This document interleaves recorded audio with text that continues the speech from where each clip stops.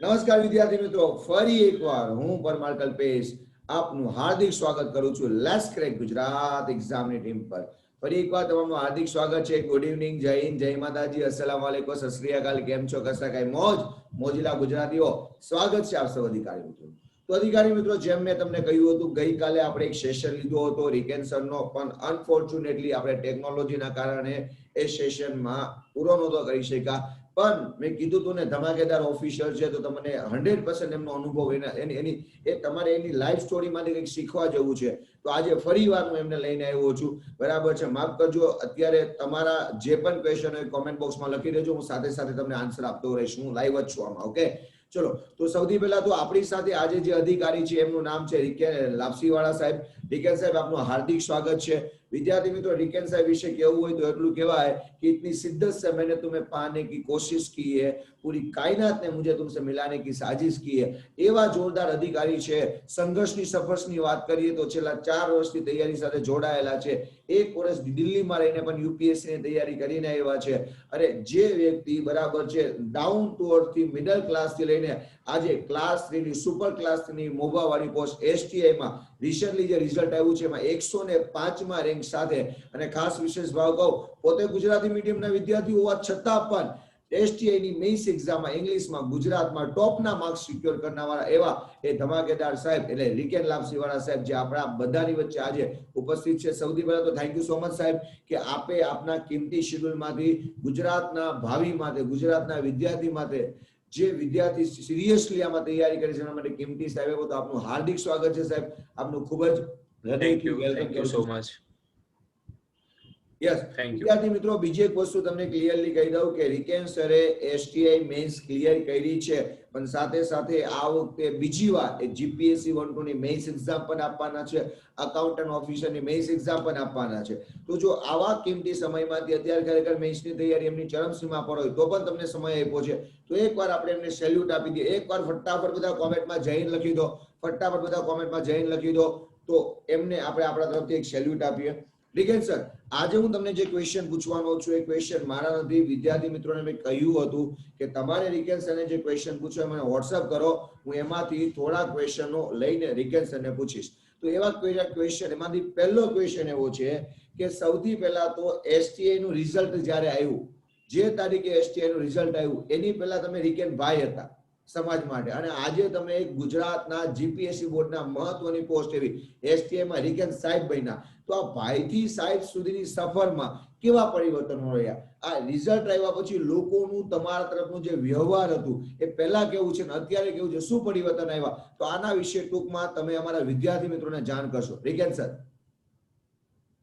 Okay, સૌથી પહેલા તો હું જ્યારે રિઝલ્ટનો દિવસ હતો 8 સપ્ટેમ્બર 2020 હતો, 6 વાગ્યાનો સમય હતો એપ્રોક્સ.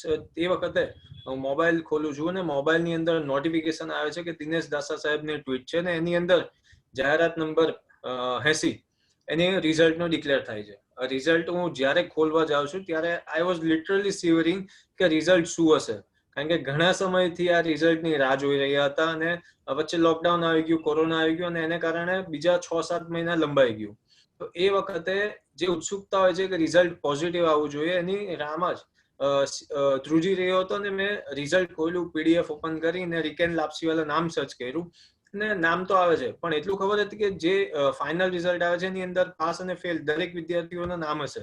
એટલા માટે સૌથી પહેલા તો સ્ક્રોલ કર્યું ને રેન્ક જોયો તો 105મો રેન્ક. ત્યારે મન વિશ્વાસ નહીં થયો કે હા ખરેખર પાસ થઈ ગયો છું. એટલે I was not at home. તો મેં મારી સાથે જે હતા એમને મેં 2-3 જણને કીધું કે આ પહેલા ચેક કરો કે કન્ફર્મ છે કે નહીં, ત્યાર પછી હું આગળ કોઈને કોલ કરું, કારણ કે કોલ કરી દે પછી ખબર પડે કે આપણે પાસ નથી. એટલા માટે મેં કન્ફર્મ કરાવ્યું ને ત્યાર પછી મેં મારા ફાધરને ફોન કર્યો, મારી વાઈફને ફોન કર્યો, મધરને ફોન કર્યો કે એસટીઆઈ ક્લિયર થઈ ગયું છે ને એ લોકો પણ. અને જ્યારે રિઝલ્ટ આવે છે ને જસ્ટ 1 ડે બિફોર વાત થતી હતી કે આ વીકમાં રિઝલ્ટ આવવાનું છે અને કદાચ લાઈફ ચેન્જ થઈ જશે, ક્યાં તો આ બાજુ જશે ક્યાં તો પેલી બાજુ જશે. ને એ જ વસ્તુ થઈ બીજા દિવસે કે લાઈફ આખી ટોટલી ચેન્જ થઈ ગઈ. ને જે લોકોને અત્યાર સુધી આપણે મારી પ્રત્યે એટીટ્યુડ હતા, જે રીતના લોકો વાત કરી રહ્યા હતા મારી સાથે, એ હવે એ લોકોનો ટોન ચેન્જ થઈ જાય છે, એ લોકોનો એટીટ્યુડ ચેન્જ થઈ જાય. જે લોકો 4-5 વર્ષથી મને કોલ સુદ્ધા નથી કર્યા, એ લોકોના સડનલી કોલ આવે છે ને રિકેનમાંથી રિકેન સર કહેતા થઈ જાય છે. એક બે જણ તો એવા પણ હતા કે ફોન કરીને કહે છે કે રિકેનમાંથી હવે રિકેન સર STA કરીને નામથી સેવ કરું છું. ને ત્યારે આઈ વોઝ લાઈક કે હા, હવે કંઈક છે. જે 4 વર્ષથી કન્ટિન્યુઅસ મહેનત ચાલી રહી હતી એનું એક સ્ટેપ આગળ વધે એવું લાગે છે હવે. અને મેઇન મારો ગોલ છે યુપીએસસી નો. મેઇન તૈયારી પણ યુપીએસસી ની જ છે અને ફાઇનલ મારે જે અલ્ટિમેટ જે ગોલ કહીએ એ પણ યુપીએસસી જ છે. તો હું આશા રાખું છું કે યુપીએસસી પણ ક્લિયર થશે. એટલે મારી સફળતામાં એક ફર્સ્ટ સ્ટેજ કહી શકાય. યસ, સાચી વાત કીધી સાહેબે. તો વિદ્યાર્થી મિત્રો જો કે એ વારંવાર આપણે બધા પ્રવીણસિંહ જેસાવર સાહેબની વાત કરીએ, આપણે અક્ષય પટેલ સાહેબની વાત કરીએ, આપણે હિતેશભાઈ વાઘેલા સાહેબની વાત કરીએ અને આપણે રાહુલ સરની વાત કરીએ. આપણે આ તમામની ચર્ચાઓ કરી હતી અને હવે રિકેન સર પાસેથી પણ એ સાંભળીએ છીએ કે એક વસ્તુ છે કે આ જે પરીક્ષાઓ છે ધીરજ માંગી લેતી હોય છે. કદાચ આ પરીક્ષામાં રિઝલ્ટ મોટું આવે પણ જ્યારે આવે ત્યાં ધમાકેદાર આવે અને તમારું જે વ્યક્તિત્વ છે બરાબર એને સડનલી ચેન્જ કરી નાખે છે, લોકોનો વ્યવહાર છે ચેન્જ થઈ જશે. એ વાત સ્વાભાવિક છે, એ આપણે જાણીએ છીએ. રિકેન સર, આપણે જેમ કહ્યું તમને 4 વર્ષનો અનુભવ છે અને ભગવાનને દિલથી અમે બધા પ્રાર્થના કરીએ છીએ. વિદ્યાર્થી મિત્રો આપણે બધા પ્રાર્થના કરીએ કે રિકેન સર આ વખતે જીપીએસસી 1 મેઇન્સ આપવાના છે, આગળ જતા યુપીએસસી મેઇન્સ પણ આપે તો આપણે એમનું ડેપ્યુટી કલેક્ટર તરીકે પણ આ જ રીતના ટોપર સ્ટોક કરશું. તો બધા એકવાર દિલથી બેસ્ટ ઓફ લક અને બેસ્ટ વિશેસ આપી દો કે એમની મેઇન્સ એક્ઝામ છે એ પણ સારી જાય. યસ. બીજી એક વસ્તુ વિદ્યાર્થી મિત્રોનો પ્રશ્ન હતો રિકેન સર, તો એ પ્રશ્ન એ હતો કે આજે આપણે 4 વર્ષની તમે તૈયારી કરી. ઘણીવાર શું થાય કે આપણે વિદ્યાર્થી તરીકે તૈયારી તો ઘણી બધી લાંબી કરવા માંગતા હોય પણ અમુક વાર ફેમિલીની મર્યાદા હોય, આપણે જે સમાજમાં રહીએ છીએ ત્યાંથી વારંવાર ટોન્ટ આવતા હોય અને ઘણીવાર લગ્નની બાબતો આ બધી બાબતો આપણી સુધી આવતી હોય છે, એ સ્વાભાવિક છે. તો આ 4 વર્ષનો સમય રિકેન સર બહુ નાનો સમય ના કહેવાય, બહુ મોટો સમય કહેવાય. અને આ 4 વર્ષ સતત આ તૈયારી સાથે સંપર્કમાં રહેવું ખરેખર એ સંઘર્ષ માંગી એમ છે. તો આ 4 વર્ષનો તમારો અનુભવ કહો. તમે 1 વર્ષ દિલ્હી રહીને આવ્યા, ત્યાં કઈ બાબતો શીખા, ત્યાંનું વાતાવરણ કેવું હતું, પછી ગુજરાતમાં આવ્યા પછી તમે કઈ રીતના ટ્રીટમેન્ટ કરી. તો આજે 4 વર્ષનો તમારો જે અનુભવ છે ટૂંકમાં આપણા વિદ્યાર્થી મિત્રોને કહી દો સર. રિકેન સર. હા, શરૂઆત હું યુપીએસસી મારા માઇન્ડમાં ક્યાંથી આવ્યું એનાથી થોડી વાત કરીશ શોર્ટમાં. કે જ્યારે હું 8th સ્ટાન્ડર્ડમાં હતો ત્યારે જે જગ્યાએ ટ્યુશન જતો એ કોચિંગ ક્લાસીસના જે મેમ હતા એમનું નામ હું મેન્શન કરીશ, પ્રતિભા ત્રિવેદી. એમણે મને ફર્સ્ટ ટાઈમ કીધું હતું કે તારે કલેક્ટર બનવાનું છે. હવે એ વખતે માઇન્ડમાં એવું કંઈક આવે નહીં કે કલેક્ટર કોને કહેવાય, એવું કંઈ આપણને આઈડિયા હોય નહીં. એ વખતે મારે ક્રિકેટર બનવું હતું. તો એ વખતે મેં કીધું કે નહીં, કલેક્ટર તો ઠીક છે, હું ક્રિકેટર બનવા માંગુ છું. પણ ધીમે ધીમે જેમ 10મું ક્લિયર થયું, 12મું ક્લિયર થયું, ત્યાર પછી કન્ટિન્યુઅસ આ યુપીએસસી ની વાત આમ તેમથી આવતી રહી ને ત્યાર પછી મેં નક્કી કર્યું કે હા યુપીએસસી જ કરવું છે. અને યુપીએસસી કરવું હતું પણ એ વખતે મારું હોમટાઉન સુરત છે ને સુરતની અંદર એ વખતે 2012-13 નો સમયગાળો છે, ત્યારે યુપીએસસી માટેના કોઈ પ્રોપર કોચિંગ ક્લાસીસ નહીં હતા. સો ને ઘણા લોકો કહેતા હોય છે કે દિલ્હી જે છે યુપીએસસી માટેનું હબ છે. પણ ગ્રેજ્યુએશન ચાલતું હતું અને 2015માં જયારે ગ્રેજ્યુએશન કમ્પ્લીટ થયું ત્યાર પછી મેં દિલ્હી જવાનું નક્કી કર્યું અને દિલ્હી ગયો. દિલ્હી જે વખતે ગયો ત્યારે જેમ અત્યારે ઇન્ટરનેટનો માહોલ છે એ વખતે ઇન્ટરનેટનો એટલો યુઝ નહીં હતો, એટલા માટે થોડું ઘણું ગૂગલ સર્ચ કરીને ગયેલો હતો. ફોન પર વાતચીત થયેલી હતી કે ત્યાં કઈ રીતનું કોચિંગ ચાલે છે અને દિલ્હીમાં મેં GS વર્લ્ડ નામનો કોચિંગ ક્લાસ છે એની અંદર કોચિંગ મેં લીધું અને ત્યાર પછી 6-7 મહિના જે કમ્પ્લીટ કર્યા કોચિંગના. કોચિંગ કમ્પ્લીટ કરીને એ જ સમય દરમિયાન મેં ઓપ્શનલ પણ મારો ક્લિયર કરી નાખ્યો. માટે કમ્પ્લીટ મારે સોશિયોલોજી ઓપ્શનલ રાખવો હતો એ મેં નક્કી કરી લીધું હતું અને ત્યાર પછી ઓપ્શનલ ક્લિયર કર્યો ને સ્ટડી કમ્પ્લીટ કર્યા પછી મેં ગાંધીનગર આવ્યો અને 4 મહિના ગાંધીનગર રહીને ફરી પાછો દિલ્હી ગયો અને દિલ્હીમાં હવે જે સમયગાળો હતો ટોટલી સેલ્ફ સ્ટડીનો હતો. એ વખતે મેં પ્રોપર નક્કી કર્યું, પ્રોપર પ્લાનિંગ કર્યું, 1-2 જે સિનિયર્સ હતા એમની એડવાઇસ લીધી કે કઈ રીતના આગળ વધવું જોઈએ. એમાંથી એક અનિલ ધામલિયા સાહેબ પણ છે, એમને પણ હું એ વખતે મળ્યો હતો ને એમની પાસે થોડી એડવાઇસ લીધી હતી ને કઈ રીતના આગળ વધવું એ પ્લાનિંગ કરીને હું આગળ વધ્યો. અને એ સેલ્ફ સ્ટડી પછી જ્યારે પાછું મારે ગુજરાત આવવાનું થયું, સુરત આવવાનું થયું ઘરે, ત્યારે એક શરત કરીને આવેલો હતો કે હું ઘરે તો આવીશ પણ હું દિલ્હીમાં જ છું એવું તમારે માની લેવાનું, તો જ હું સુરત આવીશ. કારણ કે જ્યાં સુધી તમે સોશિયલ લાઈફથી છૂટા નહીં થશો, સોશિયલ મીડિયા હોય કે સમાજ છે, કોઈ લગ્ન પ્રસંગ છે કે કોઈ પણ પ્રસંગ છે, એનાથી તમે જ્યાં સુધી દૂર નહીં રહેશો ત્યાં સુધી આ એક્ઝામ ક્લિયર નહીં થશે. એટલે તમારે સોશિયલ ડિસ્ટન્સિંગ જે અત્યારે વાત આવે છે એ પહેલાથી જ છે કે તમારે એ મેન્ટેન કરવું પડે તો જ આ એક્ઝામ ક્લિયર થશે. ખૂબ સરસ વાત કરી સાહેબે. તો વિદ્યાર્થી મિત્રો એક વસ્તુ એ છે કે કદાચ આપણી અંદર માન્યતાઓ એવી હોય કે આપણે દિલ્હીથી તૈયારી કરીએ, આપણી અંદર માન્યતા એવી અમદાવાદથી તૈયારી કરીએ, પણ વિદ્યાર્થી મિત્રો તૈયારી તમે ગમે ત્યાંથી કરી લો, પણ જ્યાં સુધી તમારી અંદરની ધગશ ના આવે ને કે મારે તૈયારીનો સાથ નથી છોડવો, ત્યાં સુધી તમે દિલ્હી જાઓ તો પણ નકામું છે અને અમદાવાદ જાઓ તો પણ નકામું છે. વિદ્યાર્થી મિત્રો સ્વર્ગ પોતાના ઘરે છે, માનો કે ના માનો એ તમને ક્યારે ખબર પડે? જ્યારે તમે મહિનો ઘરથી બહાર જાઓ.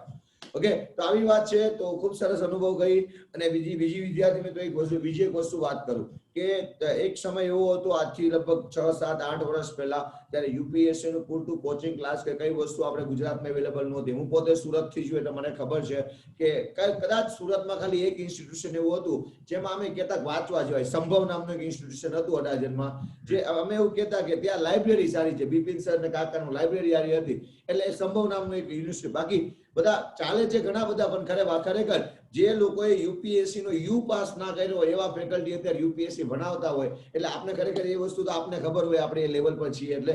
પણ આ વસ્તુ છે.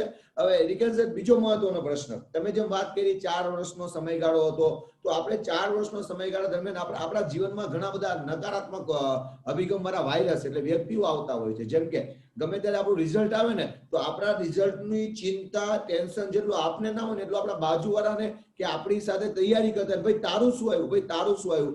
તો આ નકારાત્મક વિચારોમાંથી તમે તમારા સેલ્ફને કઈ રીતના પોઝિટિવ અને મોટિવેટ રાખ્યા? કારણ કે આજે ગુજરાતમાં જે 100% વિદ્યાર્થી મિત્રો સ્પર્ધાત્મક પરીક્ષાની તૈયારી કરે છે એમાંથી 70% લોકો આ સાયકોલોજી બીમારીથી પીડાય છે. 2 વર્ષ થઈ ગયા છે, 3 વર્ષ થઈ ગયા છે, ઘરના લોકો ટોન્ટ મારે છે, લોકડાઉન છે, ઘરે બધાના કામ ધંધા બંધ થઈ ગયા છે, તો તું તમે નોકરી કરવા માંગે. તો આ જે નકારાત્મક અભિગમ આવે, આવા જે આપણા સમાજના વાયરસો આવે, સાહેબ તમારા જીવનમાં શું આવ્યા હતા? અને આવ્યા હતા તો તમે એને કઈ રીતના ટેકલ કર્યા હતા? અને હવે પછી જે વિદ્યાર્થી મિત્રો આપણો વિડીયો જોવે છે તમે શું સજેશન આપશો કે તૈયારી દરમિયાન આવા વાયરસોને કઈ રીતના જોવા જોઈએ? સર પ્લીઝ આના વિશે આપણા વિદ્યાર્થી મિત્રો, અધિકારી મિત્રોને થોડી માહિતી આપશો સર. હું પણ સમાજનો એક પાર્ટ છું, તો મારી સામે પણ આ પ્રશ્નો આવ્યા છે ને ઘણી બધી વાર આવ્યા છે ને કન્ટિન્યુઅસ આવતા રહેતા હોય છે ને એમાંથી કઈ રીતના એને ટેકલ કરવું એ આપણી ખુદ ઉપર છે. દરેકની સિચ્યુએશન અલગ હોય છે. મેં એને કંઈક અલગ રીતે ટેકલ કર્યું. હા, સ્ટાર્ટિંગમાં મને પણ ફરક પડતો હતો અને હજી પણ પડે છે. અને લોકો કહે છે કે ફરક મને સમાજના લોકોથી નથી પડતો, લોકો જે કહે તે હું તો મારી દુનિયામાં મસ્ત છું, પણ એ હું નથી માનતો. ફરક પડવો જોઈએ અને ફરક પડતો પણ હોય છે. ને જો ફરક નહીં પડશે તો આપણે જીવી નથી રહ્યા, મારું એવું માનવું છે. કારણ કે સમાજના લોકોની વાતથી આપણને જો ફરક નહીં પડશે તો આપણી એક્ઝામ ક્લિયર નહીં થશે. કારણ કે જે ટોન આવતા જશે ને એ ટોન જો કંઈક દિલમાં લાગી જશે તો આપણી તૈયારી છે વધારે ફોર્સથી આપણે કરી શકશું. હા, દરેક જગ્યાએથી આવતા હોય છે. કારણ કે તમે 21 વર્ષ પછી તૈયારી ચાલુ કરીને 25 વર્ષ થઈ જાય છે, 3-4 વર્ષ જે નીકળે છે ત્યાર પછી ધીમે ધીમે ઘરમાંથી પ્રેશર આવતું જાય કે હા હવે કંઈક કરવું જોઈએ. પ્લસ મારે એન્ગેજમેન્ટ થઈ ગયા હતા, હવે મેરેજ થઈ ગયા છે, તો સામેની સાઈડથી પણ પ્રેશર થોડું હોય છે. પણ બંને સાઈડથી સપોર્ટફુલ હતો, પણ આપણને અંદરથી લાગે કે હા હવે મારે કંઈક કરવું જોઈએ. ને એને લઈને 2018માં મેં લેક્ચર ચાલુ કર્યા, લેક્ચર લેવાની શરૂઆત કરી ને લેક્ચર લીધા એટલા માટે થોડું પ્રેશર લોકોનું ઓછું થઈ ગયું ને હવે હું ફૂલ ફોકસ કરી શકતો હતો મારે સ્ટડી ઉપર. બીજી એક વસ્તુ, સમાજના લોકોનું જે પ્રેશર આવે છે એને આપણે ઉલટી રીતે લઈ શકીએ કે આપણે તૈયારી કરીએ છીએ યુપીએસસી ની કે કોઈ પણ જીપીએસસી ની એક્ઝામની તૈયારી કરીએ તો હું એવું માનું છું કે દરેક લોકોને કહી દેવું જોઈએ કે હા હું યુપીએસસી ની તૈયારી ચાલુ કરી છે, આની અંદર આ રીતનું છે. દરેક જગ્યાએ આજુબાજુ જ્યાં રહ્યો છો ત્યાં કહી દેશો, સમાજના પોતાના ફેમિલીમાં કહી દેશો, સામેની સાઈડ દરેક જગ્યાએ કહી દેશો, તો હવે જે આગળનું કામ છે ઓટોમેટિક એ લોકો કરાવશે. એ લોકો આપણને ધક્કો મારશે, એ લોકો સામેથી પૂછશે કે રિઝલ્ટ આવ્યું યુપીએસસી ની એક્ઝામ આવી, શું થયું, ક્યાં સુધી પહોંચ્યા, અને એ લોકોને જે જવાબ આપવા પડે છે એ જે સિચ્યુએશન ફેસ કરવાની આવશે એના ડરથી આપણે તૈયારી કરશું ને આપણે એક્ઝામ ક્લિયર થશે. એટલે સમાજના લોકોની વાતથી ફરક પડવો જોઈએ, ફરક પડશે તો જ એક્ઝામ ક્લિયર થશે. બીજી વાત કે મોટિવેશન નહીં, હું એવું માનું છું કે મોટિવેશન કરતા પણ જરૂરી છે ઇન્સ્પિરેશન. કારણ કે મોટિવેશન શું છે કે થોડા સમય પૂરતું કામ કરશે અને સોડા બોટલ જેવું કામ છે કે કોઈ કે બહારથી આપણને પુશ કર્યું, આપણે મોટિવેટ થઈ ગયા, અઠવાડિયું તૈયારી જોરમાં ચાલશે અને અઠવાડિયા પછી ધીમે ધીમે પાછા આપણે ડાઉન થઈ જશું. જો ઇન્સ્પિરેશન એક વસ્તુ એવી છે કે જે અંદરથી આવશે, મોટિવેશન બહારથી કોઈ આપણને પુશ કરશે તો જ હશે. એટલા માટે ઇન્સ્પિરેશન ખૂબ જરૂરી છે અને ઇન્સ્પિરેશન હશે તો જ એ આપણને કન્ટિન્યુઅસ મહેનત કરાવશે. ને ઇન્સ્પિરેશન માટે સૌથી પહેલા તો એક વસ્તુ કહીશ કે આપણું વાય, આપણે જે તૈયારી કરીએ છીએ શા માટે કરીએ છીએ, આપણું વિઝન ક્લિયર હોવું જોઈએ તો જ આ વસ્તુની તૈયારી થશે અને સતત લાગી રહીશું. નહીં તો આ વસ્તુ કેવી છે કે તમે સંયમ નહીં રાખશો, ધીરજ નહીં રાખશો, ધીરજ જો તમારું ખૂટી ગયું તો એક્ઝામ છે એ ફાઇનલ સ્ટેજ સુધી તમે નહીં પહોંચી શકશો. ખૂબ સરસ વાત કરી લો સાહેબે. અને આપણે લાસ્ટ લેક્ચરમાં સાહેબે એક ગીત પણ આપણે યાદ અપાયું હતું, કુછ તો લોગ કહેંગે લોગો કા કામ હે કહેના. તો ભાઈ તમે જો ગધેડાની સાથે ચાલો ને તો એમ કે ગધેડો છે તોય સાથે ચાલે. તમે ગધેડા ઉપર બેસો ને તો એમ કે કેવો નાલાયક વ્યક્તિ છે કે ગધેડા ઉપર બેસીને ચાલે. તો લોકો એનું કામ કરે, આપણે આપણું ધીરજ ના ગુમાવી જોઈએ. કારણ કે વિદ્યાર્થી મિત્રો યાદ રાખજો, જીવન તમારું છે, કોઈ બાજુવાળાનું નથી. જિંદગી તમારી છે, બાજુવાળાનું નથી. એ તો એનું કામ કરીને ચાલ્યો જશે. આપણે આપણા લાઈફના ફોકસ કરીને રહેવાનું છે. તો બીજી એક વસ્તુ રિકેન સર તમે કીધું કે આપણે આ જે તૈયારી કરતા હતા એમાં ઘણી બધી તમે હકારાત્મક વસ્તુને જે ટેકલ કરી. ઘણી વાર કેવું હોય કે આપણે જે તૈયારી કરતા હોય એમાં આપણા જે પ્રેરક તરીકે અમુક વ્યક્તિઓ હોય. જેમ કે હું વાત કરું તો મારે ખાખીનું સપનું મારું ડે 1 થી રહ્યું છે, આઈપીએસ ને લગતું, પીઆઈ ને લગતું. તો આજે પણ એ છે, કારણ કે આ સપનું મારું નથી, મારા ફાધરનું સપનું છે. આજે પણ મેં એનસીસી કર્યું હતું તો મારા ફાધરના વોલેટમાં એનસીસી વાળો મારો ફોટો જોવા મળે. ક્યારેક જોવે ત્યારે આપણે એમ થાય કે હજી આપણે આ કરવાનું બાકી છે. તો તમારી લાઈફમાં પ્રેરક તરીકે કોણ હતા કે તમે જ્યારે ડાઉન થતા, તમે જ્યારે હિંમત હારી જતા, તમને એને યાદ કરતા અને તમને એક એવી ઉર્જા મળી જતી? અને બીજો એક અંગત પ્રશ્ન છે, કદાચ ના પૂછવો જોઈએ પણ મને લાગે છે તમને પૂછવું જોઈએ, જે મેં પ્રવીણ સરને પૂછ્યો તો લેડી લક વાળો. તો તમે શું માનો છો, લેડી લક આ બધી પરીક્ષામાં કામ કરે છે કે નથી કરતું? તો પ્રેરક બળ અને ઘણા બધા વિદ્યાર્થી મિત્રોના મેરેજ થઈ જાય છે અને એ લોકો કહેતા હોય છે કામ નથી થતું. તો તમે એને આ ક્વેશ્ચનના માધ્યમથી જવાબ આપો કે પ્રેરક બળ તરીકે કઈ વસ્તુથી તમે આમાં હકારાત્મક રહી શકો? Sir please. મારી લાઈફના પ્રેરક બળની વાત કરું તો ટોટલ 4 છે.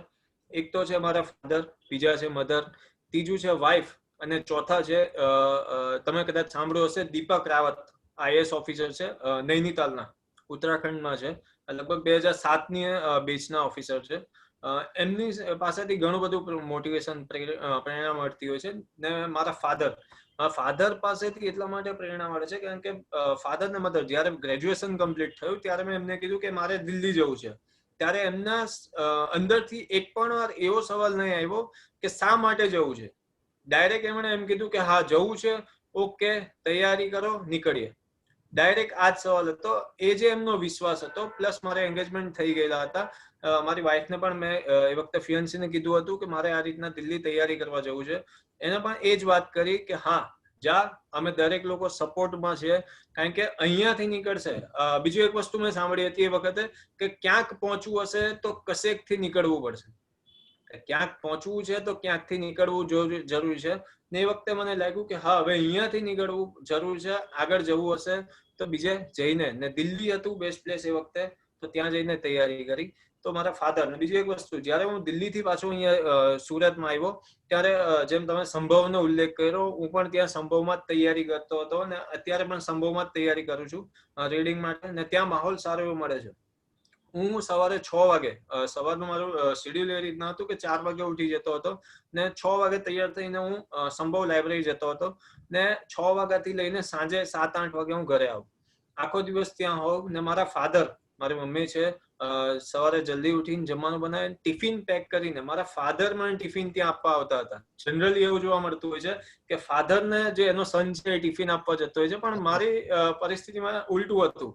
તો આ બધી વસ્તુ મને અંદરથી ઇન્સ્પાયર કરતી હતી કે હા જો આટલી મહેનત આ લોકો મારી પાછળ કરે છે, આ લોકોનો આટલો વિશ્વાસ મારી અંદર છે, તો મારે પણ એમને સામે કંઈક આપવું પડશે. ને ચોથી વસ્તુ કે મારી વાઈફનો કન્ટિન્યુઅસ સપોર્ટ રહ્યો છે આ 4 વર્ષની જર્નીમાં કે હા સતત ફેલિયર આવતું હતું, એ મને પાછળથી પુશ કરતી હતી કે વાંધો નહીં, ફેલિયર આવતું જાય પણ આપણે લાગી રહેવું પડશે તો જ મળશે. એટલા માટે આ જે પ્રેરક બળો હતા એ કન્ટિન્યુઅસલી મને મહેનત કરાવતા હતા. બીજો તમારો સવાલ શું? Yes sir. સવાલ બીજો તમારો હતો? બસ આ જ સવાલ હતો કે આપણે આ પ્રેરક બળ કઈ રીતનું હતું, અને આગળનો સવાલ તો આપણે અધિકારી મિત્રો આપણે રિકેન્સરની જે અત્યાર સુધી જર્ની હતી એ જોઈ. હવે તમે ખૂબ ઉત્સુકતાથી જે રિકેન્સર પાસે જવાબ મેળવવા માંગો છો મને સમજાય છે. ચલો એ જ ક્વેશ્ચન ડાયરેક્ટ પૂછી લો. રિકેન્સર હવે ડાયરેક્ટ આપણે વાત કરીએ જીપીએસસી બોર્ડ વિશે, દિનેશ દાસા સાહેબ વિશે.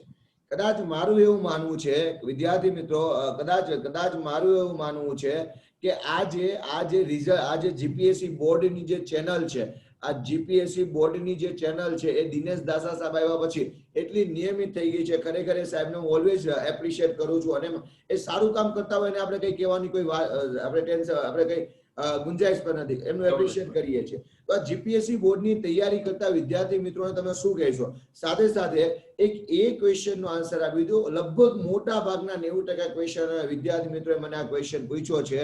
મને એ ક્વેશ્ચન પૂછ્યો છે કે આ જે એસટીઆઈ ની એક્ઝામ હોય એની પ્રીની તૈયારી કઈ રીતના કરાય, એની મેઇન્સની તૈયારી કઈ રીતના કરાય, અને પ્રી અને મેઇન્સની તૈયારી કરો તો બંનેની સાથે કયા કયા વિષયો આપણે ધ્યાનમાં રાખવા જોઈએ.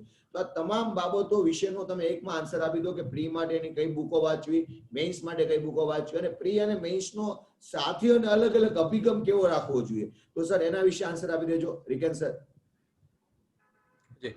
તમારો જે પહેલો સવાલ કે જીપીએસસી ની તૈયારી કરતા વિદ્યાર્થીઓને શું કહેવા માંગો, તો એ લોકોને એક જ વાત કહેવા માંગીશ કે સૌથી વધારે ઇમ્પોર્ટન્ટ જો તમારે જીપીએસસી ની એક્ઝામ ક્લિયર કરવી હશે તો પહેલો છે જે રૂલ ઓફ થંબ કહેવાય છે તે છે સિલેબસ. સિલેબસ તમે જ્યાં સુધી નહીં જોશો ત્યાં સુધી કઈ દિશામાં તૈયારી કરવી છે એ ખ્યાલ નહીં આવશે. બીજી વસ્તુ છે કે પ્રીવિયસ યરના જે પેપર છે તે, આ બે વસ્તુ તમે સાથે ઓલવેઝ હોવા જોઈએ ને તમે આના પછી નક્કી કરી શકશો કે હવે કઈ દિશામાં જવું છે. બાકી તીર લઈને બેઠા છીએ પણ કઈ બાજુ આપણે નિશાન છે એ નથી ખબર, અંધારામાં તીર મારતા રહીએ છીએ. એટલા માટે સિલેબસ અને પ્રીવિયસ યરના ક્વેશ્ચન આ બે વસ્તુ બહુ ઇમ્પોર્ટન્ટ છે. અને ત્રીજી વસ્તુ કે તમે જીપીએસસી ની તૈયારી કરો છો કે ક્લાસ 3 ની કે સુપર ક્લાસ 3 ની કોઈ પણ તૈયારી કરતા હો, એક વસ્તુ બહુ જરૂરી છે એ છે આપનું વિઝન ક્લિયર હોવું જોઈએ. જ્યાં સુધી આપનું વિઝન ક્લિયર નહીં હશે કે તમે શા માટે કરો છો આ વસ્તુ, જો એ ક્લિયર નહીં હશે તો ત્યાં સુધી લોકો ગમે એટલો ધક્કો મારશે તમે આગળ નહીં વધી શકશો. કારણ કે બીજી એક વસ્તુ કે માણસ છે બહુ સ્વાર્થી હોય છે. આપણે કોઈ પણ કામ સોંપશું તો પહેલો સવાલ આવશે શા માટે. તો એ શા માટે તમે જીપીએસસી ની તૈયારી કરો તો એ સમયે તમારું શા માટે જીપીએસસી ની તૈયારી કરો, તમારું વાય ક્લિયર હોવું જોઈએ. ને જો શા માટે ક્લિયર હશે તો ઓટોમેટિક તૈયારી થશે ને તમને કોઈ મોટિવેશનની પણ જરૂર નહીં પડશે. હા, અને સિચ્યુએશન કેવી આવશે કે જ્યારે જીપીએસસી ની તૈયારી કરતા હશો કોઈ એક પ્લાન બનાવશો અને થોડા સમય એ પ્લાન ઉપર ચાલશો એટલે તમને એવું લાગશે કે આમાં કંઈક ચેન્જ કરવા જેવું છે. એ વખતે તમારું જે પ્લાનિંગ છે એની ઉપર વિશ્વાસ રાખીને ટકી રહેવું ને સતત મહેનત કરતા રહેશો તો એ વસ્તુ ક્લિયર થશે. એટલા માટે સિલેબસ, બીજી વસ્તુ પ્રીવિયસ યર ક્વેશ્ચન, ત્રીજી વસ્તુ તમારો જે પ્લાન છે એની સ્ટીક ટુ ધ પ્લાન, ને ચોથી વસ્તુ સતત લાગી રહેવું પડશે તો આ વસ્તુ ક્લિયર થશે. તો આટલી વસ્તુ. ને બીજું અત્યારે જે નવા તૈયારી કરતા ઉમેદવારો છે એ લોકોને હું એક વસ્તુ કહીશ કે સમય ઓછો છે, લાગી પડો અને લાગ્યા રહો. બીજો તમારો સવાલ કે કઈ રીતના પ્રિલિમ્સ અને મેઇન્સ ની તૈયારી કઈ રીતના કરવી. મહત્વનો પ્રશ્ન કે પ્રી એક્ઝામ અને મેઇન્સ એક્ઝામ ની તૈયારીમાં શું તફાવત છે, કેટલું સાથે થાય, કેટલું અલગ અલગ થાય, ને કયા પુસ્તકો, જો કે પુસ્તકોના પછીના ક્વેશ્ચનમાં લઈએ પણ એના વિશે માહિતી આપી દો સર. હું મારી વાત કરું તો મેં પ્રિલિમ્સ અને મેઇન્સ એ બંનેને ક્યારેય અલગ સેપરેટ નથી કર્યા. મારી ટોટલી જે તૈયારી હતી એ ટોટલી મેં ઇન્ટિગ્રેટેડ રાખી છે અને તૈયારી મેં મેઇન્સની જ કરી છે. કારણ કે જ્યાં સુધી તમે મેઇન્સ, પ્રિલિમ્સ કેવું છે કે એની અંદર ફેક્ટ બેઝ ક્વેશ્ચન આવતા હોય છે અને મેઇન્સની અંદર એનાલિટિકલ ક્વેશ્ચન એ લોકો પૂછતા હોય છે, જીપીએસસી વાળા કે યુપીએસસી. એટલા માટે મેઇન્સ માટે તમારે ડીપ સ્ટડીની જરૂર છે. બંનેની અંદર સબ્જેક્ટ કોમન છે અને મેઇન્સની તમે તૈયારી કરશો તો જ એનાથી રિલેટેડ જે પણ ફેક્ટ છે એને યાદ રાખી શકશો. એટલે જ્યારે હું તૈયારી કરતો હતો ત્યારે યુપીએસસી ની તૈયારીમાં પણ એ જ વસ્તુ કે મેઇન્સની તૈયારી કરી અને મેઇન્સની જે તૈયારી કરતો જાવ સાથે પ્રીવિયસ યર જે પ્રિલિમ્સના ક્વેશ્ચન છે એ જોતો જતો હતો અને એને રિલેટેડ જે પણ ટોપિક છે એ ટોપિકનો એનાલિટિકલ પોર્શન પ્લસ એને સંબંધિત જે પણ ફેક્ટ છે એ ફેક્ટને સાથે જોતો જતો આ રીતના તૈયારી કરશો તો જ ક્લિયર થશે. બાકી તમે એવું વિચારો કે અત્યારે હું પહેલા પ્રિલિમની તૈયારી કરી દઉં ને પછી મેન્સની અલગથી તૈયારી કરીશ તો એના માટે ટાઈમ નહીં મળશે. હા, પ્રિલિમની તૈયારી થઈ જશે, મેન્સ માટે ટાઈમ નહીં મળશે, કારણ કે પ્રિલિમની એક્ઝામ આપશો, રિઝલ્ટ આવશે ને 2-3 મહિનાની અંદર તમારી મેન્સ આવી જશે ને એટલો જે સમય છે એ ઇનફ નથી મેન્સ ક્લિયર કરવા માટે. બીજી વસ્તુ કે મેન્સની તૈયારી તો તમે થઈ ગઈ, પ્રિલિમ્સની તૈયારી આ રીતના કરશો. હા, હવે મારું ટાઈમ ટેબલ થોડું શેર કરીશ કે કઈ રીતના હું વાંચતો હતો. હું દિવસનો જે મારો ટાઈમ છે એને હું સેગમેન્ટ વાઇઝ તોડી દેતો હતો. જનરલી મને આદત છે કે હું સ્ટાર્ટિંગમાં હું રાતના વાંચતો હતો, પછી સવારે, પણ હવે સવારે ચાલુ કર્યું તો સવારે 4-4:30 વાગે હું ઉઠી જાઉં ને ત્યાર પછી અડધો કલાકની અંદર થોડું ફ્રેશ ને જે કામ છે એ પતે ત્યાર પછી હું તૈયારી ચાલુ કરું. ને પહેલો જે પોર્શનમાં કોઈ વાંચવા માટે દરેક લોકો 40 મિનિટ 45 મિનિટ એ રીતના પોતાના અકોર્ડિંગ રાખતા હોય છે. હું 1.5 કલાકના સેશન ગોઠવું છું. મારો 1.5 કલાકનો, જેમ કે 6 વાગે હું તૈયારી વાંચવા બેસું છું તો 6 થી લઈને 7:30 હું ટાઈમ નક્કી કરીશ કે આ 6 થી 7:30 મારે આટલો ટોપિક છે, આ સબ્જેક્ટ છે અને પતાવવાનો છે. તો હું એક દિવસની અંદર જ્યારે વાંચું છું ત્યારે કન્ટિન્યુઅસ 2 સબ્જેક્ટ અલ્ટરનેટિવ લેતો હોઉં છું કે અડધો દિવસ આ રીતનો અને અડધો દિવસ. બાકીનો જે દિવસની અંદર ડેઈલી 2 થી લઈને 3 કલાક સુધીનો ટાઈમ છે હું કરંટ અફેર્સને આપું છું. કારણ કે કરંટ અફેર્સ તમે ડેઈલી અપડેટ નહીં રહેશો તે વસ્તુ આગળ જતા અઘરું પડશે એક સાથે કરવું. એટલા માટે ડેઈલી કરંટ છે એ પણ સાથે. તો આ રીતનો હું મારા જે ડેઈલીનું શેડ્યુલ છે એ સેગમેન્ટ વાઇઝ હું એને તોડી દઉં છું ને એ રીતના હું આગળ વધું છું. ખૂબ સરસ વાત કરી. હવે રિગન સર, બીજી વસ્તુ કે આપણે જ્યારે પ્રિલિમ્સ એક્ઝામની તૈયારી કરતા હોય, મેઇન્સ સાથે આવી જાય છે, પણ પ્રિલિમ્સમાં તમે બંધારણ નામનો વિષય વાંચો, ભૂગોળ વાંચો, ઇતિહાસ વાંચો, તો મેઇન્સના કયા એવા મુદ્દા તમારે ધ્યાનમાં રાખો જે વાંચન વખતે, કે તમારે પ્રીમાં તો સ્ટેટિકલી આપણે ખબર છે, આપણે સ્ટેટિકલી ઓબ્ઝર્વેશનમાં જતા હોઈએ, પણ મેઇન્સ માટે થોડું ઊંડાણમાં જવું પડે કારણ કે એમાં મૌલિકતા બહાર આવવાની હોય. તો આ જે તફાવત છે એના વિશે થોડું ટૂંકમાં આપણા અધિકારી મિત્રોને જણાવી દો સાહેબ. જી. હા, પ્રિલિમ્સની તૈયારી તમારે કરવી હોય તો જ્યારે એક્ઝામ આવે છે ત્યારે એક્ઝામ પહેલાના જે 2 થી 3 મહિના છે તમે પ્રિલિમ માટે સેપરેટ કરી શકો છો. હવે એક્ઝામ્પલ લઈએ, પોલિટીની અંદર ગવર્નરનો ટોપિક લઈએ. ગવર્નરને લઈને જેટલા પણ સ્ટેટિક પોર્શન છે એ સ્ટેટિક જે પાર્ટ છે એ પાર્ટને કવર લીધો પ્રિલિમ માટે. હવે મેઇન્સ માટે એને કઈ રીતના, તો ઇસ્યુ બેઝ જોવા પડશે કે ગવર્નરને લઈને કયા કયા ઇસ્યુ એટ પ્રેઝન્ટ ઇન્ડિયાની અંદર ચાલી રહ્યા છે ને એ વસ્તુ આવશે ક્યાંથી, તો કરંટ તમે વાંચતા હશો ત્યાંથી. તો એ ગવર્નરના જે પણ ઇસ્યુ છે એ ઇસ્યુને એનો સ્ટેટિક પોર્શન શું છે પ્લસ અત્યારે કરંટમાં જે ચાલે છે એ 360 ડિગ્રી એનાલિસિસ કરતા જઈશું તો મેન્સને તૈયારી સાથે થતી જશે. તો આ રીતના લેવું પડશે કે ફેક્ટ તમે જોઈ લીધી, સાથે સાથે જે ઇસ્યુ અત્યારે કરંટમાં ચાલે છે એને જોતા જઈએ સાથે. ખૂબ સરસ વાત કરી સર. સર, બીજો એક ક્વેશ્ચન, કદાચ ગુજરાતના જે વિદ્યાર્થી મિત્રો છે, આ એક સબ્જેક્ટ છે એમનો પરમ મિત્ર છે ઇંગ્લિશ, એનાથી પ્રભાવિત થતા હોય છે.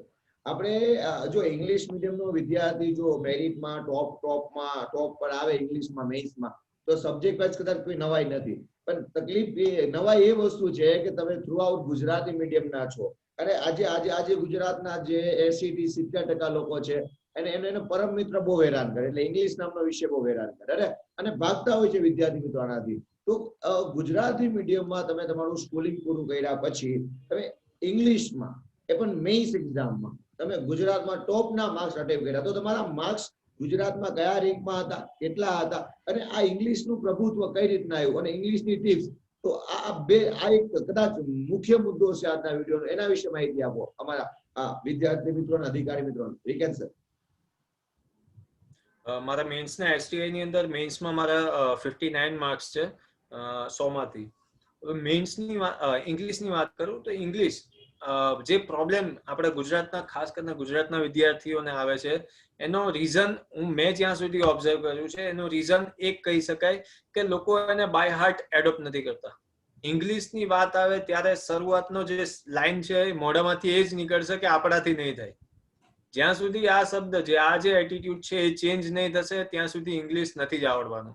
બીજી એક વસ્તુ છે કે સ્ટાર્ટિંગમાં જ્યારે મેં તૈયારી ચાલુ કરી ત્યારે મેં ધીમે ધીમે લોકો કહેતા હોય છે કે ઇંગ્લિશ ડિબેટ જુઓ, ઇંગ્લિશ ન્યૂઝપેપર વાંચો, એનાથી ફાયદો થશે. હા, ફાયદો થાય છે ને મારો પર્સનલ એક્સપિરિયન્સ કહું તો ઇંગ્લિશ ડિબેટ મેં પણ ચાલુ કરી હતી, જે રાજ્યસભા ટીવીની ડિબેટ હોય છે ઇંગ્લિશમાં જોતો, ધ બિગ પિક્ચર કરીને આવતી હોય છે સિરીઝ.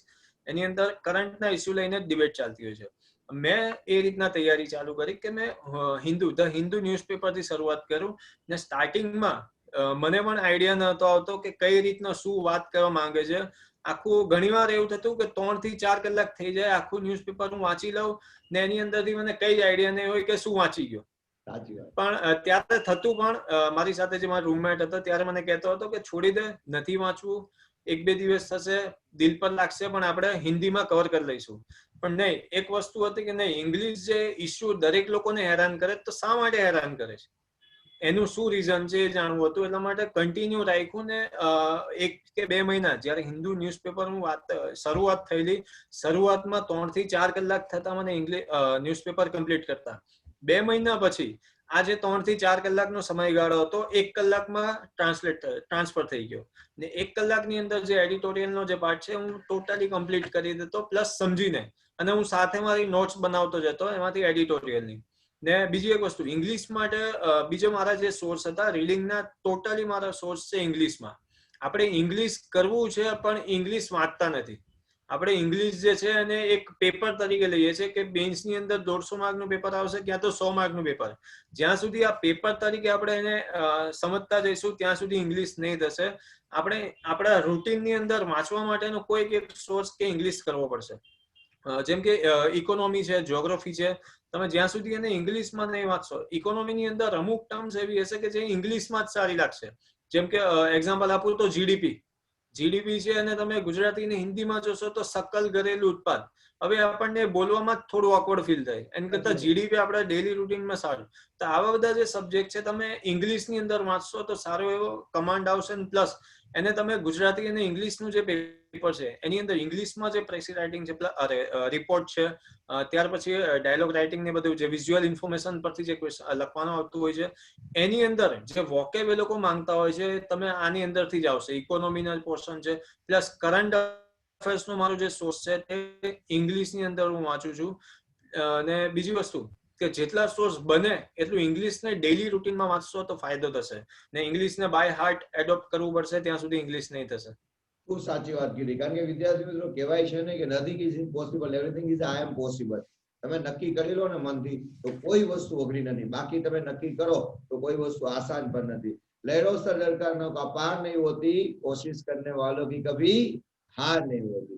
તો યસ રિકેન સર ખૂબ સારી માહિતી આપી. અરે કદાચ મને આ નથી સમજાતું કે વિદ્યાર્થી મિત્રો વારંવાર બધા અધિકારી મિત્રોને, કદાચ આપણે પણ જયારે વિદ્યાર્થી કાળમાં હતા આ બુક્સ નામનો એક ક્વેશ્ચન એવો છે ને, કદાચ એનો આન્સર છે ને આપણા જીવનમાં કેવો છે મહિના સાથે બદલતો રહે છે, જેવો મહિનો બદલે એવો બદલે.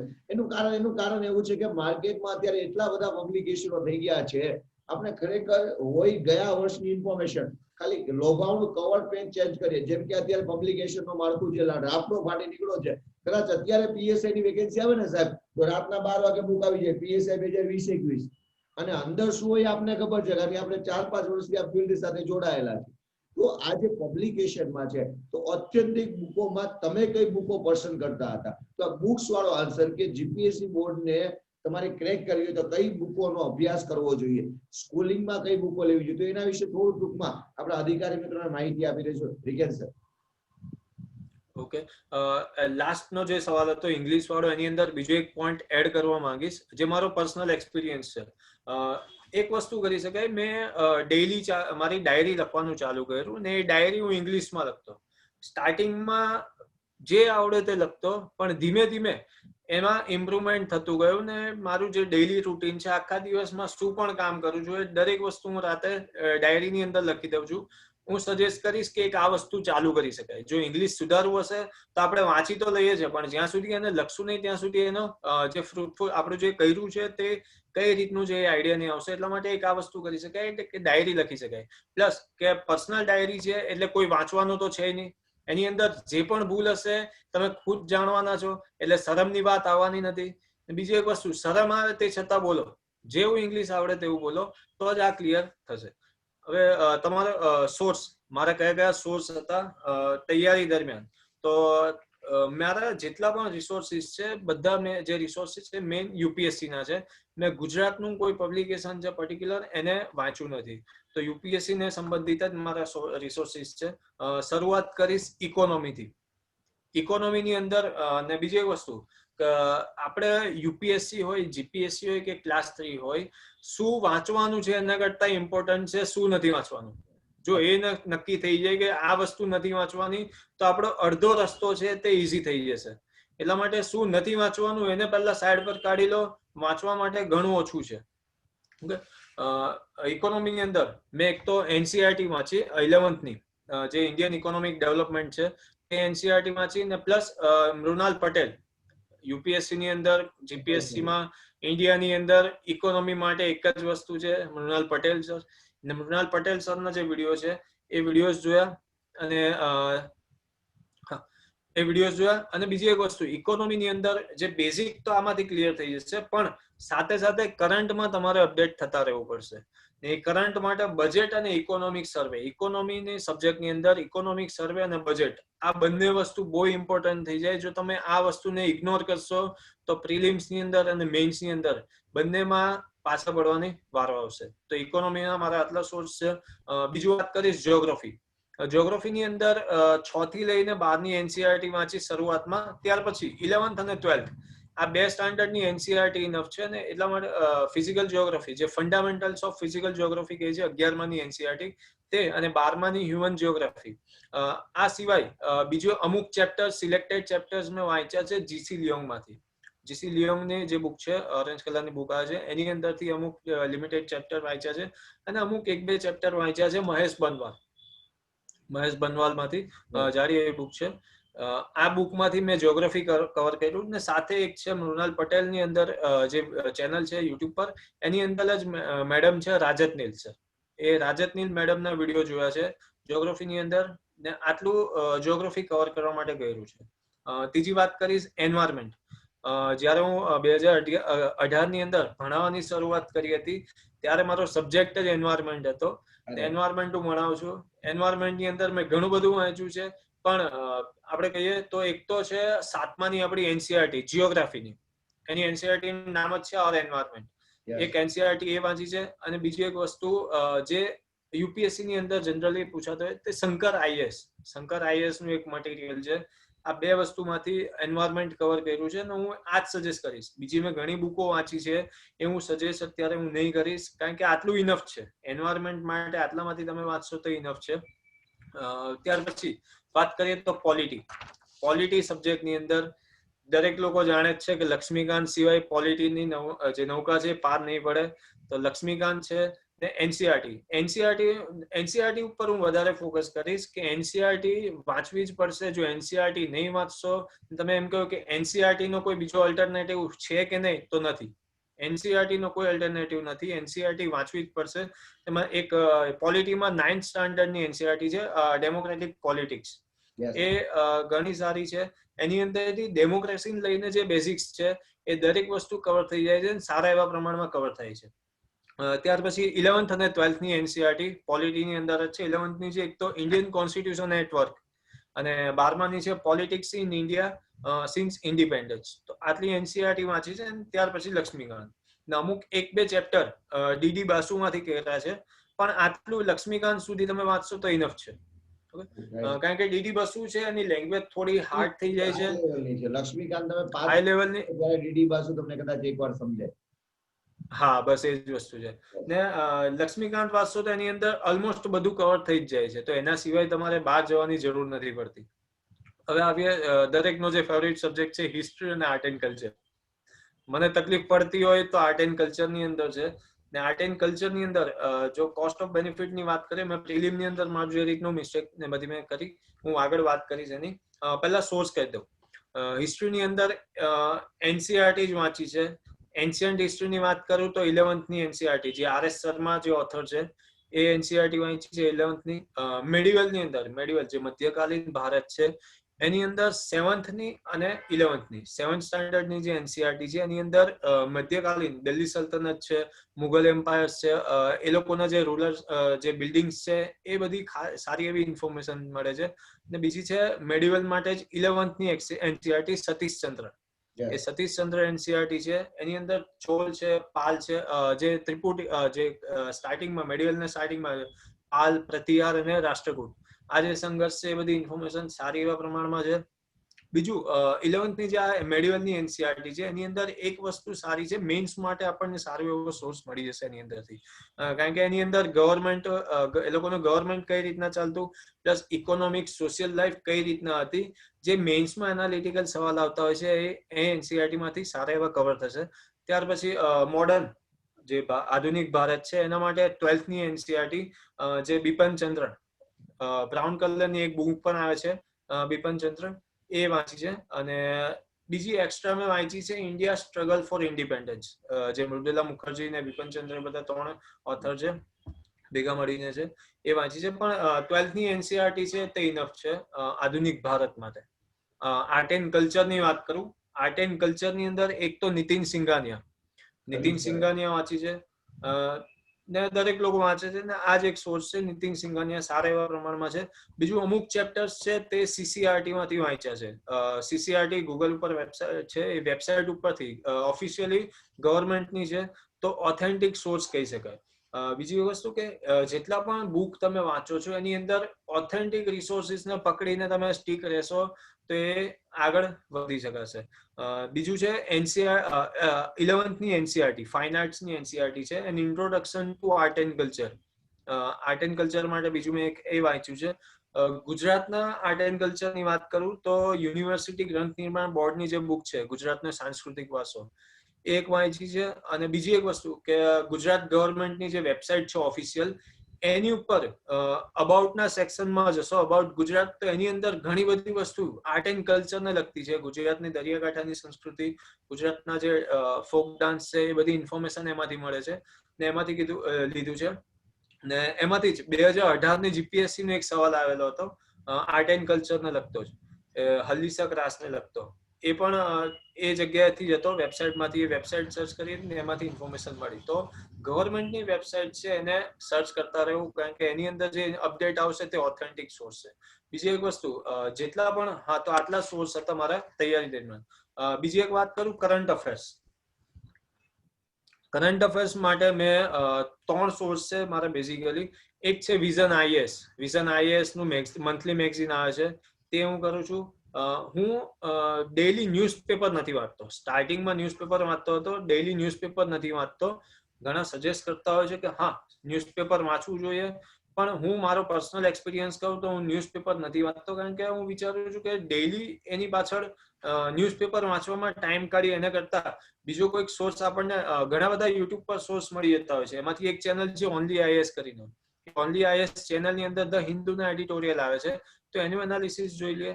બીજું એક છે ડેઈલી કરંટ માટે હું સોર્સ જે રિફર કરું છું, એ છે ઇનસાઇટ્સ ઓન ઇન્ડિયા. એની અંદરના જે ડેઈલી કરંટ અફેર્સ છે એને હું ફોલો કરતો જાઉં છું, ને એની એક નોટ્સ બનાવતો જાઉં છું. ને આટલા કરંટ અફેર્સના મારા રિસોર્સિસ છે. એક તો વિઝન આઈએએસ, બીજું છે ઇનસાઇટ્સ ઓન ઇન્ડિયા, અને ત્રીજું છે ઓનલી આઈએએસ. ને અમુક જે પોલિટીની અંદર જે મેઇન્સમાં કામ લાગે એવા અમુક બિલ્સ આવતા હોય છે, ને બિલ્સ ઉપરથી ઘણા સવાલ આવતા હોય છે કે આ બિલ્સને લગતું, તો એ બિલ્સ માટે એક વેબસાઇટ છે prsindia.org. આ વેબસાઇટ્સને થોડા સમયે ફોલો કરું છું. કોઈક નવું બિલ આવશે તો એની અંદર સમરી, જે બિલ છે એને સમરી આવી જતી હોય છે, તો આખું બિલ વાંચવાની જરૂર નથી. એ સમરી વાંચી લઈશું તો એની ઉપરથી આઈડિયા આપણને આવી જશે. તો આટલા મારા રિસોર્સિસ છે. જો વિદ્યાર્થી મિત્રો ખરેખર તમે જે મને પ્રશ્ન પૂછતા હતા ને બુક્સ વાળો, કદાચ રિકેન્સર આન્સર આપ્યો ને એવું બેસ્ટ આન્સર લગભગ તમને કોઈ નહીં આપે. ટુ ધી પોઈન્ટ ડિટેલમાં આન્સર આપ્યો, અને શક્ય હશે ને તો આ લિસ્ટ હું તમને ગ્રુપમાં અને ટેલિગ્રામમાં પણ હું લખીને મોકલી દઈશ. અને વિદ્યાર્થી મિત્રો એટલું યાદ રાખજો, ઘરે પસ્તી ભેગી નથી કરવાની, આ વાંચવાનું છે. અને ઘણા બધા સર કદાચ મેં ઘણી વાર જોયું છે કે ઘણા બધા અધિકારી મિત્રોને પૂછી લઈએ, આપણે પણ કદાચ ક્યારેક એવું કર્યું હશે કે કોઈ આપણે કે આ બુક સારી આપણે લઈને આવી ગયા, પણ આપણે વાંચી જ ના હોય, અને કદાચ 6 મહિના પછી ખબર પડે અચ્છા આ બુક હતી, અને ત્યારે બુક જોવા જાવ તો એનું લેટેસ્ટ અપડેશન વર્ઝન પાછું આવી ગયું હોય, એટલે વર્થ થઈ ગયું હોય. તો વિદ્યાર્થી મિત્રો વાંચનની આદત રાખજો. અને સરે જેટલા પણ સજેશન આપ્યા ને એનો મૂળ પાયો હતો તો કે એનસીઆર.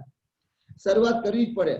ગુજરાતની તમે ક્લાસની તૈયારી કરો તો હવેનો ટ્રેન્ડ બદલાઈ ગયો છે, ક્લાસની માટે જીસીઆરટી કરવી જ પડે, અને હવે તો જીસીઆરટી પણ એનસીઆરટી બેઝ કરી નાખી છે, તો આ પકડવું જ પડે. સર બસ છેલ્લા 2 ક્વેશ્ચન છે, એમાંથી છેલ્લો ક્વેશ્ચન એ કે તમે જે તૈયારી માટે તમે જે અલગ અલગ પ્લેટફોર્મનું નામ લીધું, તો ખરેખર મને એક વસ્તુનો તમે જવાબ આપો કે અત્યારે લોકડાઉન પછી લગભગ 80 થી 90% જે પણ એજ્યુકેશન ઓનલાઈન થઈ ગયું છે, તો ઓફલાઈન અને ઓનલાઈન બંને એજ્યુકેશનમાં કઈ વસ્તુ બેસ્ટ છે, એ ખરેખર કઈ વસ્તુને આપણે એક્સેપ્ટ કરવી જોઈએ? કારણ કે આજે ઘણીવાર મેં જોયું છે કે જે વિદ્યાર્થીએ જે વ્યક્તિએ કોઈ જીપીએસસી 1 નું ફોર્મ નથી ભર્યું, એ યુટ્યુબમાં મથાળું મારે જીપીએસસી 1 નું જીઓગ્રાફી, હિસ્ટ્રી અને બંધારણ, અને આપણા વિદ્યાર્થી મિત્રોના, ગુજરાતના મોટાભાગના વિદ્યાર્થી જે હજી ઇનિશિયલ લેવલ પર જે તૈયારી નથી કરતા, અને આવું લાગે. પણ ખરેખર આ પ્લેટફોર્મ કેવા પકડવા જોઈએ સાહેબ, એના વિશે ખાલી ટૂંકમાં માહિતી આપી દો રિકેન સર. જી મારા હિસાબે અત્યારની સિચ્યુએશન જોઈએ, ને બીજી એક વસ્તુ, અત્યારની સિચ્યુએશનની વાત કરીએ એની કરતા પહેલા 2016-17 થી જ્યારથી તૈયારી આપણે યુપીએસસી ચાલુ કરી છે, ધીમે ધીમે ઇન્ટરનેટનો યુઝ વધતો ગયો છે, અને જે સ્ટડી પહેલા જે ઓફલાઈન થતી હતી એનો ઘણો એવો પાર્ટ છે જે હવે ઓનલાઈન તરફ જતો રહ્યો છે. ઓનલાઈન ઉપર તમને બેસ્ટ રિસોર્સિસ મળી જતા હોય છે. બીજી વસ્તુ, બંને એવું નહીં કહીશ કે એક વસ્તુ ખરાબ છે અને બીજી વસ્તુ સારી છે, બંને વસ્તુ પોતપોતાની જગ્યાએ સારી છે. પણ જે લોકો દિલ્હી જઈને નથી ભણી શકતા, તો એ લોકો દિલ્હીની જે ફેકલ્ટીઝ છે ઘણી આવતી હોય છે, પ્લસ બીજા બધા જે ઘણા બધા પ્લેટફોર્મ છે, જેમ કે અનએકેડમી એક છે, એમાંથી જેણે યુપીએસસી ની તૈયારીનો જે આખો જે સિનારીઓ છે ચેન્જ કરી નાખ્યો છે. તો આવા જે ઓનલાઈન પ્લેટફોર્મ છે એની અંદર તમને સારી એવી ઇન્ફોર્મેશન મળી જતી હોય છે, પ્લસ તમારે ફ્રીમાં યુટ્યુબ પર તમે કોઈ પણ ટોપિક છે સિલેબસનો, એ તમે સર્ચ કરશો એટલે ફ્રીની અંદર એ વસ્તુ ઇન્ફોર્મેશન તમને મળી જાય. જે વસ્તુ માટે લોકો દિલ્હી જઈને લાખો રૂપિયા ખર્ચતા હોય છે, એ ઘર બેઠા તમે વિના મૂલ્યે જોઈ શકો છો. તો ઓનલાઈન એક પ્લેટફોર્મ સારું એવું છે. ને બીજી એક વસ્તુ, આપણે જે ગ્રેજ્યુએશન કરતા આવ્યા છે, ગ્રેજ્યુએશન સમય દરમિયાન આપણને એવી આદત નથી હોતી કે યુટ્યુબનો યુઝ કરીએ આપણે, એટલા માટે થોડું સ્ટાર્ટિંગનું જે ઇનિશિયલ સ્ટેજ હોય એની અંદર આ થોડું મુશ્કેલ લાગતું હોય છે કે યુટ્યુબ પર જોઈને, ઓનલાઈન વિડીયો લેક્ચર્સ જોઈને કઈ રીતના ભણી શકાય. કારણ કે ઘણી બધી વાર મેં આ જે સવાલ છે લોકોને, વિદ્યાર્થીઓને ફેસ કર્યા છે કે ઓનલાઈન વિડીયો જોઈએ છે તો મજા નથી આવતી, એના કરતા સર સામે ભણાવતા હોય તો મજા આવે. પણ એ જ લોકો 1-2 મહિના પછી મોબાઈલ પકડીને બેઠા હોય છે, ને એની અંદર તમે જોશો તે ઓનલાઈન લેક્ચર જોતા હોય છે. એક વસ્તુ સાબિત કરે છે, કારણ કે ઓનલાઈન એ લોકોને ઘણા બધા ઓપ્શન મળી જતા હોય છે, અને બેસ્ટ ઓપ્શન એમાંથી એ લોકો પોતાની રીતે ચૂઝ કરી શકે છે. તો આ રીતના જઈ શકાય ઓનલાઈન પ્લેટફોર્મ પર, કે તમે ઓછા ખર્ચે ઘર બેઠા તૈયારી કરી શકો. બીજો એક આનો ફાયદો છે કે તમે રાતના તૈયારી કરવા માંગો છો તો રાતના લેક્ચર જુઓ. પેલું કેવું છે, જે ટાઈમે છે એ ટાઈમ તમારે ફિક્સ કરીને રાખવું પડશે. આની અંદર તમે પોતાના ટાઈમ અકોર્ડિંગ જોબ કરતા હશો તો એના અકોર્ડિંગ તમે ટાઈમ એડજસ્ટ કરીને ઓનલાઈન ભણી શકો છો. તો આ ઘણું સારું છે. અને લોકડાઉન સિચ્યુએશન આવી ત્યાર પછી લોકોનો એટીટ્યુડ આના પ્રત્યે ઘણો પોઝિટિવ થઈ ગયો છે. પોઝિટિવ થયા છે. યસ, તો વિદ્યાર્થી મિત્રો ખૂબ સરસ વાત કરી. તો લગભગ વિદ્યાર્થી મિત્રો તમારા જેટલા ક્વેશ્ચન અધિકારી મિત્રો મારા સુધી પહોંચ્યા હતા એ રિકેન સરે આન્સર આપી દીધા છે. રિકેન સર, ખાલી છેલ્લો ક્વેશ્ચન, એ છેલ્લો ક્વેશ્ચન એ છે કે લોકડાઉન પછી લગભગ હવે કોરોના આપણા જીવન સાથે જોડાઈ ગયો છે, ઘણી બધી તકલીફો પડી છે, ઘણા બધા લોકો પ્રાઇવેટ નોકરીમાંથી નીકળ્યા છે. હવે ખરેખર સ્પર્ધા તો પરીક્ષામાં સ્પર્ધા તો હતી, પણ હવે કોમ્પિટિશનનું લેવલ ખરેખર વધ્યું છે, અને આ 3 મહિના દરમિયાન બધાને તૈયારી કરવાનો પૂરો મોકો મળી ગયો છે. તો હવે પછી જે વિદ્યાર્થી મિત્રો સરકારી નોકરીનું સપનું જોઈને બેઠા છે, જે ખરેખર સરકારી નોકરીની આશા લઈને બેઠા છે, એવા વિદ્યાર્થી મિત્રોને તમારા જીવન સંઘર્ષમાંથી શું સફળતાનો મંત્ર આપશો? અને આ લોકડાઉન પછી આપણે તૈયારીનું લેવલ અને કઈ રીતના આપણે આગળ વધવું જોઈએ? બસ આ છેલ્લા ક્વેશ્ચનો તમારું સફળતાનો મંત્ર કહી દો, પછી તમારો આ કિંમતી સમય આપ્યો ને આજનું આપણું આ જે ઇન્ટરવ્યુ છે ને આપણે અંત સુધી લઈ જશું. કેમ સર? સફળતાના મંત્રની અંદર હું થોડું મેઇન્સ તરફ જઈશ કે આપણે પ્રિલિમ્સ માટે શું હોઈ શકે, મેઇન્સ માટે શું હોઈ શકે. પ્રિલિમ્સ માટે આપણે પેપર પ્રેક્ટિસ બહુ ઇમ્પોર્ટન્ટ છે. પેપર પ્રેક્ટિસ નહીં કરશો, સિલેબસ નહીં જોશો તો આ વસ્તુ નહીં ક્લિયર થાય. બીજી વસ્તુ, મેઇન્સ ક્લિયર કરવી છે તો એના માટે આન્સર રાઇટિંગ છે. આન્સર રાઇટિંગ કર્યા સિવાય મેઇન્સ ક્લિયર નહીં થશે. ને આ બધી વસ્તુ તમારે જો રિવિઝન માટે રિવિઝનની વાત કરીએ તો જ્યારે એક્ઝામ હશે, એક્ઝામના 2-3 દિવસ પહેલા એક સાથે બધી વસ્તુ રિવિઝન કરવાની હશે, તો એ વખતે તમારી પાસે સફિશિયન્ટ ટાઈમ નહીં હશે કે બધું જ વસ્તુ તમે 1-2 દિવસમાં રિવાઇઝ કરી લો. એટલા માટે હું સજેસ્ટ કરીશ કે જે પણ તમે વાંચો છો પહેલા 1-2 વાર વંચાઈ જાય, ત્યાર પછી થર્ડ ટાઈમ જ્યારે વાંચો છો ત્યાર પછી એની નોટ્સ બનાવો ને નોટ્સ બનાવી લીધા પછી હવે જે બુક છે એને મૂકી દેવાની છે અને હવે તમારી નોટ્સ છે એને જ રિવાઇઝ કરવાની છે. તો આના માટે હું 3R ફોર્મ્યુલા આપીશ. એક તો રીડ મતલબ કે વાંચો, બીજું રીરીડ અને ત્રીજું છે રિવિઝન. જ્યાં સુધી આ સાયકલ કમ્પ્લીટ નહીં કરશો, રિવિઝન 3 થી 4 વખત મિનિમમ નહીં થશે ત્યાં સુધી નહીં પ્રિલિમ ક્લિયર થાય નહીં મેન્સ ક્લિયર થશે. કારણ કે પ્રિલિમ ની અંદર તમને રિવિઝન નહીં હશે તો ઘણા કન્ફ્યુઝન થશે. જેમ કે ઓપ્શન 4 એ રીતના આવશે કે ઓલમોસ્ટ સેમ હશે ને તમને એવું લાગશે કે 4 ઓપ્શન છે તે સાચા છે, એ જ જવાબ છે. એ તમારું શો કરે છે કે તમારું રિવિઝન ની અંદર કોઈક ને કોઈક ખામી છે. એટલા માટે રિવિઝન બહુ ઇમ્પોર્ટન્ટ થઈ જશે. બીજી એક વસ્તુ, સફળતાનો મંત્ર મારા માટે છે એ છે સખત મહેનત નહીં પણ સતત મહેનત કરવાની જરૂર છે. બીજી વસ્તુ છે કે તમે સતત મહેનત કરતા રહેશો તો એ સમય દરમિયાન જે પણ વસ્તુ આવતી જશે એને તમે કઈ રીતના ટેકલ કરવી, એ ટેકલ કરવાનું જે વસ્તુ છે એ તમારા પોઝિટિવ એટીટ્યુડ થી આવશે. કે કંઈક પણ વસ્તુ થાય છે તો કંઈક ને કંઈક સારા માટે થાય છે. કહેવાય છે કે everything does happen for good. તો આ જ વસ્તુને માઇન્ડમાં ફિટ કરી છે કે હા કંઈક પણ થશે તો એ કંઈક સારા માટે થશે. 2016 થી લઈને 20 સુધી જે ફેલિયર આવી એની અંદર એક જ વસ્તુ ફિટ કરી કે હા જે થશે કંઈક સારા માટે છે, આનાથી કંઈક સારું લખ્યું હશે. જો આ વસ્તુ ફિટ કરી રાખશો માઇન્ડની અંદર તે વસ્તુ ક્લિયર થશે ને જે તમારો ગોલ છે એના સુધી પહોંચી શકાશે. એટલા માટે એક આ વસ્તુ હું પહેલા દિવસથી લઈને અત્યાર સુધી કહેતો મારા માઇન્ડમાં ફિટ કરી છે કે સખત નહીં પણ સતત મહેનત કરો. મતલબ કે પર્સિવિયરન્સ બહુ ઇમ્પોર્ટન્ટ છે અને પેશન્સ, ધીરજ રાખવી ઇમ્પોર્ટન્ટ છે. ધીરજ નહીં રાખશો તો આ જે એક ચક્રવ્યૂહ છે, એક રીતનું ચક્રવ્યૂહ જ કહી શકાય. જો એની અંદર તમે જેમ જેમ સમય પસાર થતો હશે તેમ તેમ બહાર નીકળવું મુશ્કેલ થઈ જશે. ને એક સમય એવો આવશે કે એમ થશે કે અડધે સુધી પહોંચી ગયા છે તો હવે પાછા વળવાની જરૂર નથી, આગળ જ વધવું પડશે. તો એના માટે પર્સિવિયરન્સ બહુ ઇમ્પોર્ટન્ટ થઈ જશે. તો આટલો એક મંત્ર કહીશ સફળતા માટે. खूब सरस. तो विद्यार्थी मित्रों, मंजिलें उन्हीं को मिलती है जिनके सपनों में जान होती है. मंजिलें उन्हीं को मिलती है जिनके सपनों में जान होती है. सिर्फ पंखों से कुछ नहीं होता मेरे दोस्त, હોસલો છે ઉડાન હોતી है, હોસલો છે ઉડાન હોતી है. તો આવો મક્કમ હોસલા વાળા આ રિકેશ સર આપણી સાથે જોડાયા હતા. તો વિદ્યાર્થી મિત્રો, આમ જોવા જાવ તો ખરેખર રવિવારનો દિવસ હોય અને ખરેખર બહુ બિઝી શેડ્યુલમાંથી રિકેશ સર આપણે સમય આપ્યો છે. આપણે બીજું કંઈ તો ના કહી શકીએ, પણ આપણે બધા સાથે મળીને દિલથી ફરી એકવાર પ્રે કરીએ કે આવનારા સમયમાં અકાઉન્ટન્ટ ઓફિસર તરીકે, પછી ડીસી તરીકે અને છેલ્લે કલેક્ટર તરીકે આપનું ઇન્ટરવ્યુ લઈએ સાહેબનું, અને સાહેબ આપણે ટાઈમ આપે અને આ જ રીતના તમને મોટિવેટ કરતા રહે. એકવાર જય હિન્દ લખી દો. જે સાહેબે આપણે કિંમતી સમય આપ્યો એના માટે આપણે એક ટ્રિબ્યુટ આપી દઈએ એમને. એકવાર ફટાફટ કોમેન્ટમાં જઈને લખી દો આ સાહેબને. અને Rikesh sir, thank you so much.